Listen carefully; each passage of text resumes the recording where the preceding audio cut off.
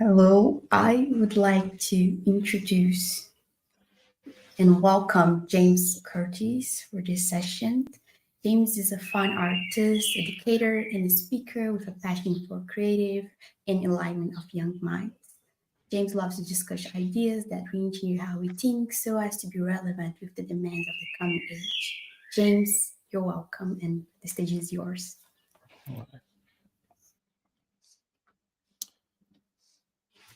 Hello, good afternoon, depending on the side of the world you're in. I'm currently based in Kenya. It's around 1:30 p.m. here, and I'm really happy to be part of this session. Thank you, Priscilla, for that wonderful introduction.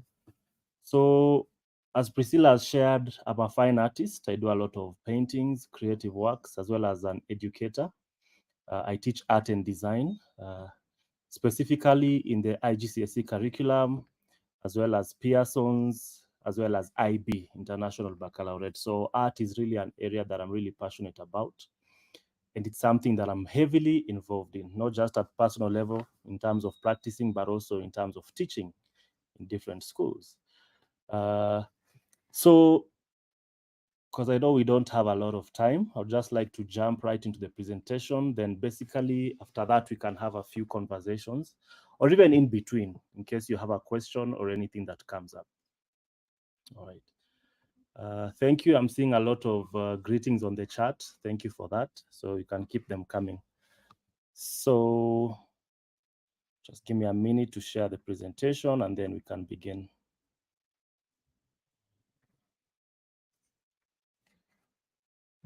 Here we go.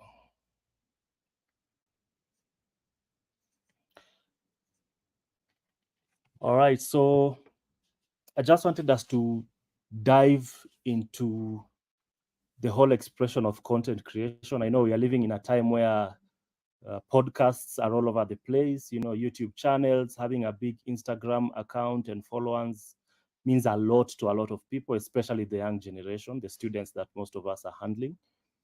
So that's what I would like to discuss today in context with the theme, which is aesthetic education. So just before we proceed, kindly give me probably a hands up if you can see the presentation so that I know we're on the same page.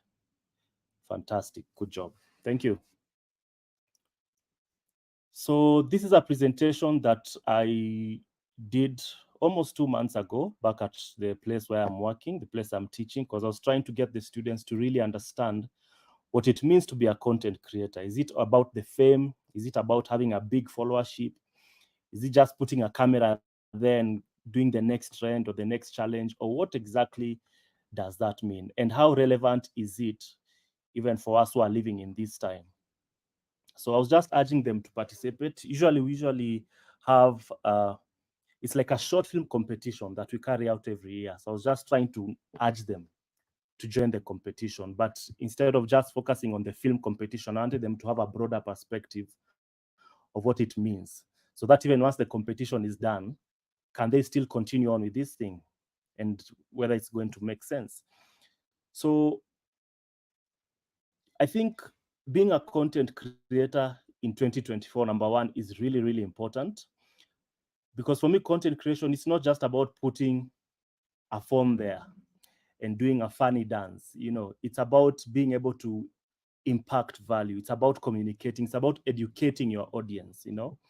So what I was telling them is that the benefit of being a content creator in 2024 and even onwards as the years pass by, it's about being relevant. A couple of decades ago, the UN did a study. They call them the 21st century skills. And basically, they were trying to frame a picture of how the future is going to look like. They are looking at all these things that are coming up, the use of AI, the use of different technologies and gadgets that are coming up. And they are trying to see who exactly is going to be relevant, what kind of student or person is going to be relevant with all these new technological things that are coming. So they framed this thing where they term it as the 21st century skills. And basically they categorized it as learning skills, life skills, and literacy skills. So basically they're in 3 compartments. All of them together become the 21st century skills. As you can see here on my presentation, I have 3 circles. We have the learning skills, which we are going to jump into in just a few minutes. we have the literacy skills, and we have the life skills. And then somewhere there in the middle, I've written RIS. So in case you're wondering what RIS is, it's a Gen Z term for someone who has a lot of charisma or someone who is very appealing, you know. So I was just trying to tell them that if you are well versed in the 21st century skills, or rather in the 3 categories of the 21st century skills, you're able to have RIS in your social circles. So let's just jump right into that. So we are seeing that the 3 21st century skills, with the first category, we have the literacy skills, which is basically information literacy, media literacy, and technology literacy. We then have learning skills, which is critical thinking, creative thinking, collaborating, and communicating. And the next one we have is flexibility, initiative, social skills, productivity, and leadership. Now, the reason I love content creation, and in this context, film, which is what we are trying to run this term, is that there is no way you are going to be a very good content creator, or there's no way you're going to be a good filmmaker and become a one-man show. So basically, if you're creating film or if you're creating content in whichever way, you're doing podcasts, you're creating content, you know, professionally. I'm not talking about where you just have your phone and you're doing your own thing, but if you're trying to actually build something out of it, there's definitely information literacy that you're going to have to apply. So for example, let's say the area of focus that you're doing is art, for example. And I think that's relevant for our conversation. So let's say you are a really good artist, or you are somebody who is very interested in the arts. If you are going to create content, you are going to have to engage a lot of information.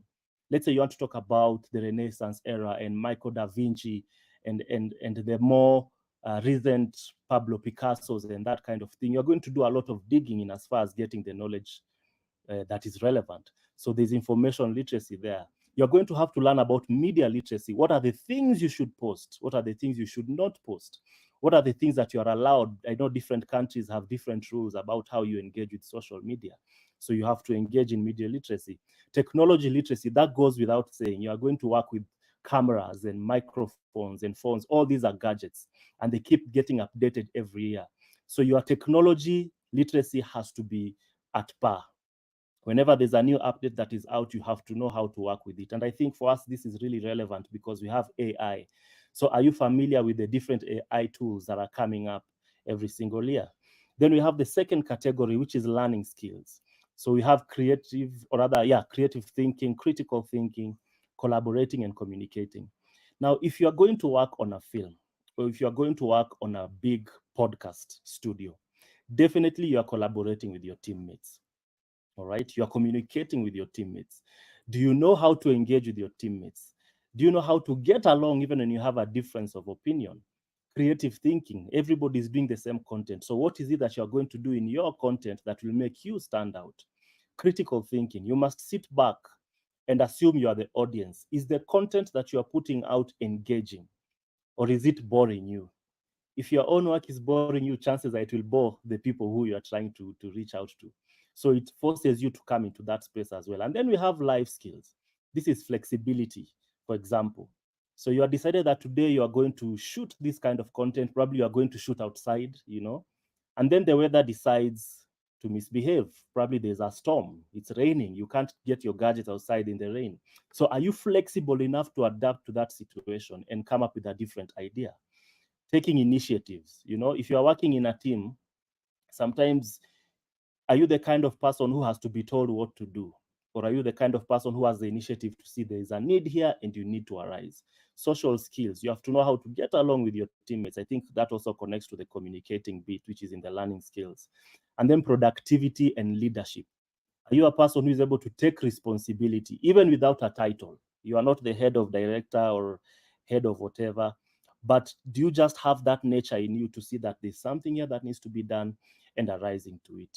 So the beauty of creating film, or the beauty of jumping into content creation, is that not only do you get to teach the world about something you're passionate about, but you are also building yourself to be a master of the 21st century skills. So that in the year 2040 or year 2050, the UN can look at you as somebody who they pictured and they can be able to say, yes, this is a person who can be able to stand the new generation. This is a person who is relevant for the world that we are in.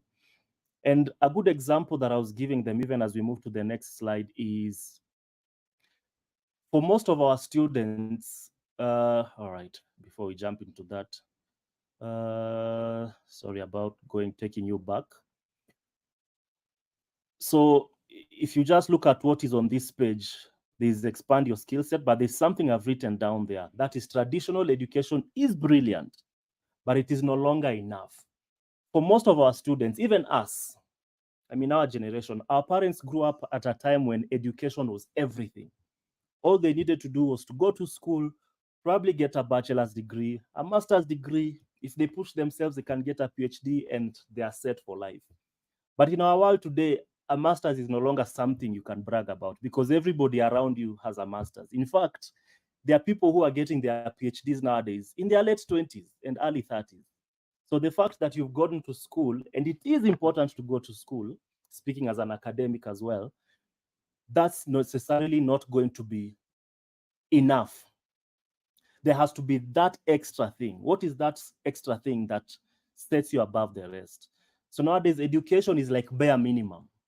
You can no longer brag or beat your chest that I'm educated. Everybody around us is educated. I think most of the world, I know there are places where there's still illiteracy, but if you look at the world today versus 50 years ago, majority of people are educated. So you can no longer feel better than other people simply because you went to school. There has to be that extra skill.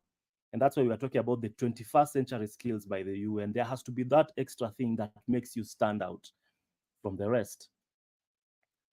Yeah, once again, we call it the RIS. You know, when I'm dealing with my students, I'm telling them, guys, you have to increase your RIS. You know, you can't just get the grades. And grades are important. What I usually tell students is that education is the key. All right? Education is the key. Education gets you through the door. But once you are in the room, there has to be something about you that keeps you in the room. Otherwise, if all you want to do is access the room, but if there's nothing spicy, there's nothing extra that keeps you in the room, you might find yourself out of the room again within a very short time. So pursue your education, very important. But once the education opens the door for you, develop these other skills that keep you relevant year after year, decade after decade. If you're looking at my slide right now, this is a content creator by the name iShowSpeed, or in short, he just refers to himself as Speed. Now, I'm not sure if you guys are familiar with him, but if you take this to any teenager right now who is conversant with the social media space, especially YouTube, they know who Speed is. Now, according to this information I was speaking about 2 or 3 months ago. So as of 2 or 3 months ago, Speed was a 19-year-old boy, or rather man, he's an adult by now. And his net worth is 10 million USD. Now you'll notice I've written Kenya shillings there because that's the audience I was speaking to.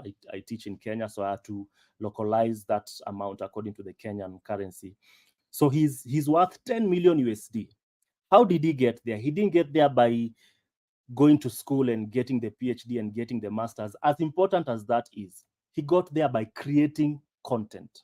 So Speed figured out that he's very passionate about video games, about gaming, and then he started to stream the games he's playing. And within a few years, this is how much he was worth. Next there we have Charlie D'Amelio. Again, you may not know who Charlie is, but I bet you your students, if you're a teacher, definitely know who Charlie is. Charlie is a 20-year-old girl, 20-year-old woman. Sorry, I have to keep reminding myself that I think I'm used to just speaking to teenagers. So yeah, so Charlie is a 20-year-old lady. Her net worth is 30 million USD. All right, according to our Kenyan currency, depending on which part of the world you are in, you can also just do a quick conversion. Charlie is 30 million USD net worth. How did she get there? She's good in dancing. She's good in clothing, or rather, she has a clothing brand. She started creating content on it. Next, we have Kabi Lame. I think Kabi is very popular, even amongst the older generation. Kabi is a 24-year-old man. His net worth is 16.5 million USD. Actually, Kirby raised to popularity during the COVID era. I think he was a factory worker, his job ended, and he just started creating content, reacting to other people's videos. And within 1 or 2 years, he became TikTok's biggest user with, I don't know, is it 160 million followers or something similar? All right. So I'm going somewhere with this, so just flow with me. Next, we have Mr. Beast. Mr. Beast is currently the biggest YouTuber with over 300 million subscribers. He has the biggest channel on YouTube. A 26-year-old guy, and his work is just philanthropy. I mean, recently he was in a couple of countries in Africa, including Kenya, where he came to build wells for the poor people. And I found that interesting because he came to do the work that the government is supposed to be doing. But here we have a content creator doing exactly the same thing. So that's Mr. Beast for you. And then we have MKB HD, 30 years old, with a net worth of 45 million USD. His first video, was in 2009. As a 15-year-old boy, now he's 30 years old. He reviews a lot of tech. Anytime there's a new gadget, you'll see him reviewing it and talking about it. And I think his story is very interesting because his first video was not, it wasn't the most appealing video. It was shot in a very low resolution camera. And he was just talking about this new laptop that he got. And right now he has an entire warehouse with so many employees whereby brands and different companies and manufacturers give him gadgets for free to review, and I think that's really interesting. Once again, the audience that had prepared this presentation for two months ago was a Kenyan audience. So this is a Kenyan influencer. You may not know her, but another 24-year-old lady who charges 5,000 USD to just put a post on her TikTok or Instagram. So you have this new cap that you've designed and you want to sell it. You'll pay her 5,000 USD just for her to put a post to say, hey guys, I discovered this cap. You can go get it at this website or this shop. All right. She's also a dancer. Oh, hi, Maureen. Welcome. We've just seen someone on the comment who is also a Kenyan, so she knows who I'm talking about. All right. So apart from Aziad, we have another content creator, Njugush. Njugush is a comedian, 33 years old. Again, started very simply. He used to do comedy shows, started doing YouTube comedy, short clips. Right now, just recently, I think 2 months ago, he did an event which had over 6,000 tickets sold out, just to tell jokes and be funny, And I think that's very interesting because all these people I'm talking about, I think they are confirming the fact that we are living in an era whereby education is not going to be everything. And I must insist, education is important, but it's not going to be everything. We must leverage the content creation space if you are going to be relevant. And these are just a few people that I've mentioned. We have so many people who are leveraging content creation. We have lawyers, we even have doctors, we have chefs. Just recently, I saw a sailor who had put a camera on his ship. And as he was going around the world, the camera would record days after days, nights after nights, the entire trip in time lapse. And I think it was such a cool thing to see. And you see, that's an educative content that most of us would enjoy. So a few honorable mentions of the people who are doing the same thing. We have Jordan Peterson. I may not go through them in detail, but if you have time, you can look them up. We have Jordan Peterson, who teaches a lot through his content space. We have Vusi, who is a South African businessman. We have Myron Golden, an American businessman. We have Candace Owens. We have Esther Perel, who focuses a lot on healthy relationships. And we have Joe Rogan, who interviews some of the biggest names that we know, both in Hollywood as well as outside of Hollywood. So I think for me, it goes without saying that we cannot bury our heads in the sand and say, because I know most parents, we have these conversations with a lot of parents, and what parents seem to think is, oh, social media is a negative space. Social media is doing all this bad thing to our kids. It's making our kids become more depressed, and there's all this data that has come out, and it is true. But I don't think social media necessarily is the problem. It is how we engage with it. It is how we use with it. Nowadays, You'll find someone who is so good at something, and if you ask them, hey, where did you learn this skill from? They tell you, I learned it from YouTube University, you know? And that just explains how nowadays we have so much information in our hands. You can learn so much within 1 or 2 years, as compared to a few years ago where you had to go to school for 4 years to learn the same skill. So the question to us is, how exactly do we use social media? How can we leverage this, not just for ourselves, but even for the students that we are teaching and working with? So the formula that I was giving them, and I'll just rush through this so that we can have a few minutes at the end for any questions or any reactions. So I usually tell the kids, get educated. Get educated. At the end of the day, it doesn't matter how many numbers you have on your social media accounts. It doesn't matter how popular you are.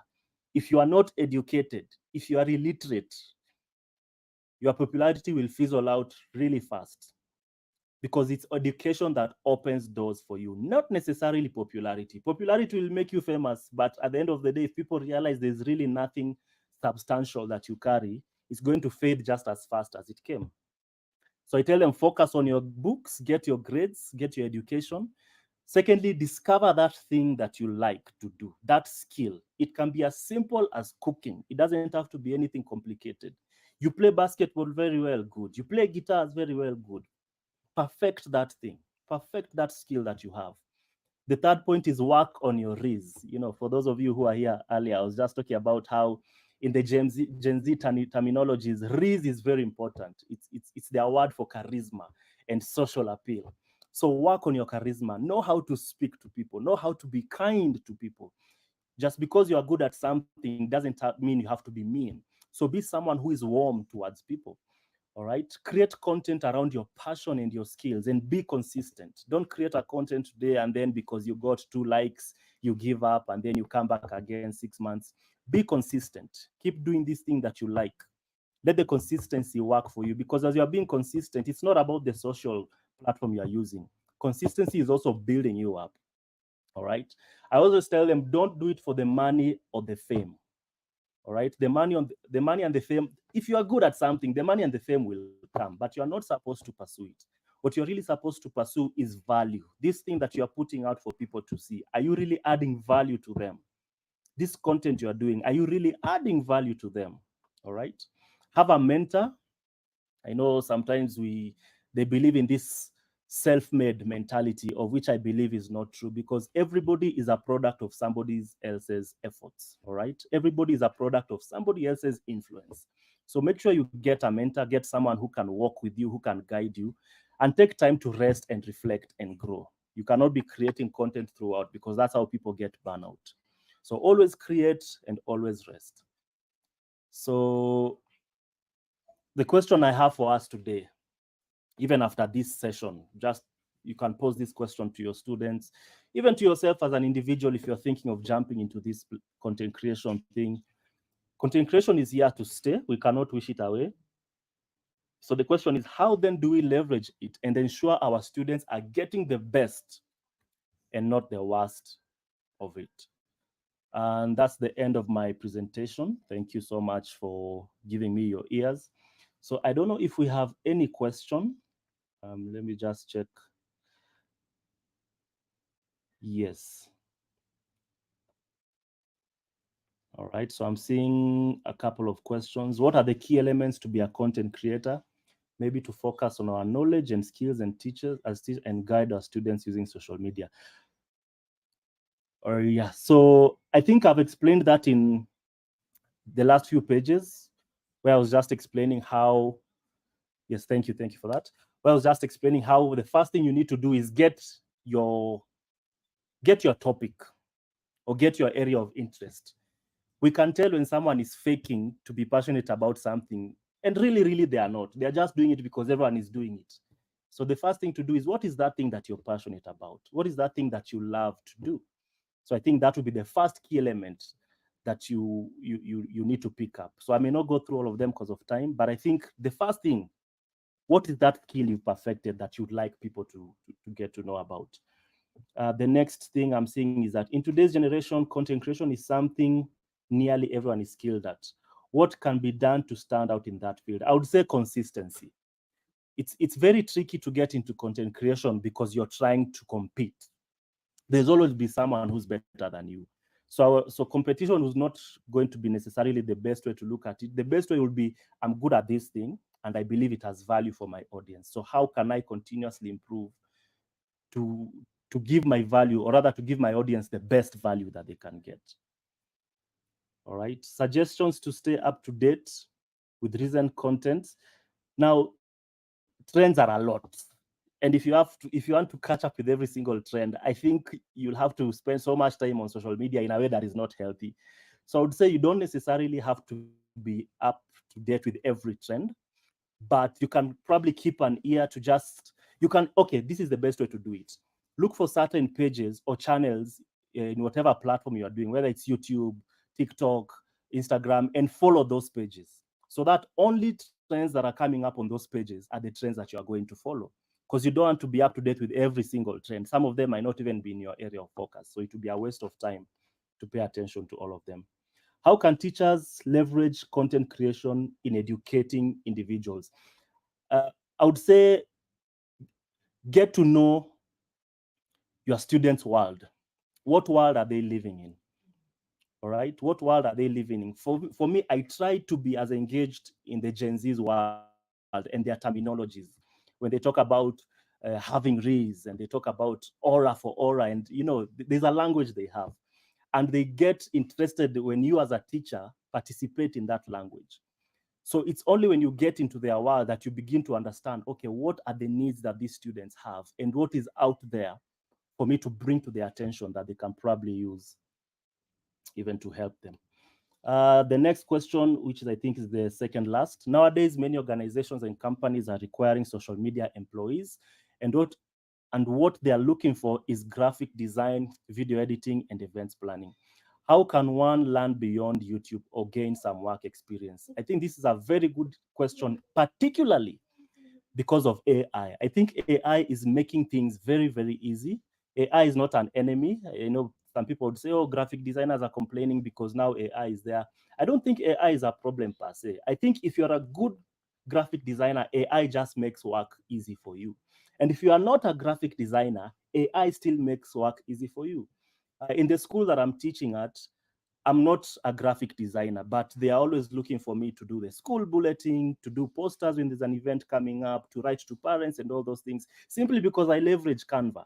And Canva is a very good AI platform that already gives you templates and all that. So I would say, other than YouTube, what are the AI tools that have been created to make work easy for us in this environment? And there are many. There are really, really many. Final question: when are our subjects going to change? Is it relevant for us and the net net the younger and the okay, I think the word here was next. Is it relevant for us and the next generation, or do we integrate content in their context? Fantastic. Context is everything. Context is everything. You can be very passionate. For example, I'm in my 30s, so I can be very passionate about something that is relevant for me in my 30s.